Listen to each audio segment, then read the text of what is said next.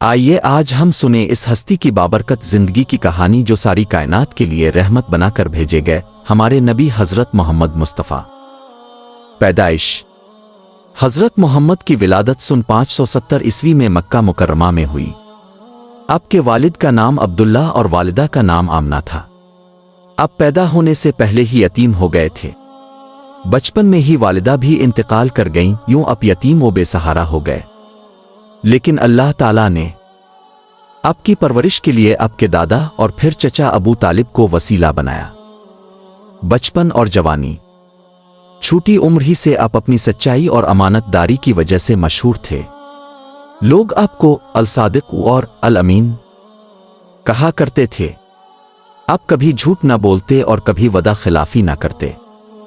جوانی میں آپ تجارت کرنے لگے اور اپنی سچائی کی وجہ سے ہر کوئی آپ پر بھروسہ کرتا تھا۔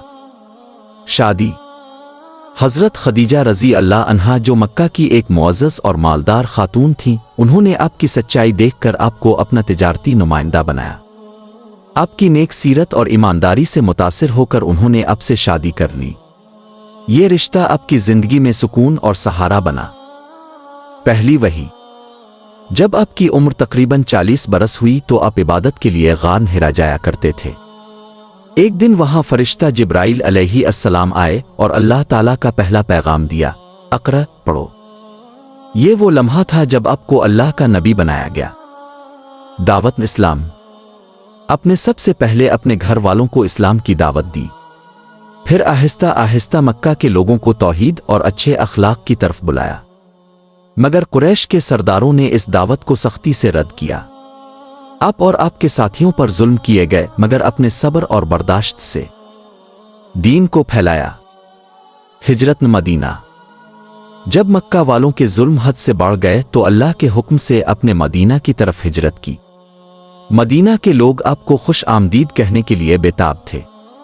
وہاں آپ نے مسجد نبوی بنائی اور اسلامی معاشرے کی بنیاد رکھی جہاں سب برابر تھے، سب بھائی تھے۔ جنگیں اور فتوحات مدینہ میں رہتے ہوئے مسلمانوں پر کئی بار حملے ہوئے۔ بدر، احد اور خندق جیسی جنگیں ہوئیں۔ آپ نے ہمیشہ صبر، عدل اور حکمت کے ساتھ دشمنوں کا مقابلہ کیا۔ آخرکار مکہ فتح ہوا اور آپ نے اپنے پرانے دشمنوں کو معاف کر دیا۔ یہ معافی انسانی تاریخ کی سب سے عظیم مثالوں میں سے ایک ہے۔ حجۃ الوداع آخری حج میں اپنے امت کو خطبہ دیا جس میں یہ سنہری اصول بیان کیے۔ سب انسان برابر ہیں۔ کسی عربی کو اجمی پر، کسی گورے کو کالے پر کوئی فضیلت نہیں سوائے تقوی کے۔ عورتوں کے حقوق کا خیال رکھو۔ نماز قائم کرو اور قرآن کو مضبوطی سے تھامو۔ وصال مبارک آپ نے 63 برس کی عمر پائی۔ آپ کی وفات مدینہ منورہ میں ہوئی۔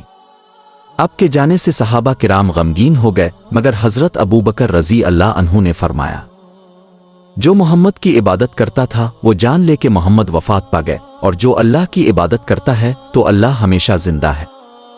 سبق حضرت محمد کی زندگی ہمیں یہ سکھاتی ہے کہ سچ بولنا سب سے بڑی طاقت ہے۔ صبر اور برداشت کامیابی کی کنجی ہے۔ سب سے بہتر وہ ہے جو دوسروں کے لیے بہتر ہو۔ یہ تھی ہمارے پیارے نبی کی بابرکت زندگی کی مختصر کہانی۔ اللہ ہمیں آپ کی سنت پر چلنے کی توفیق دے، آمین۔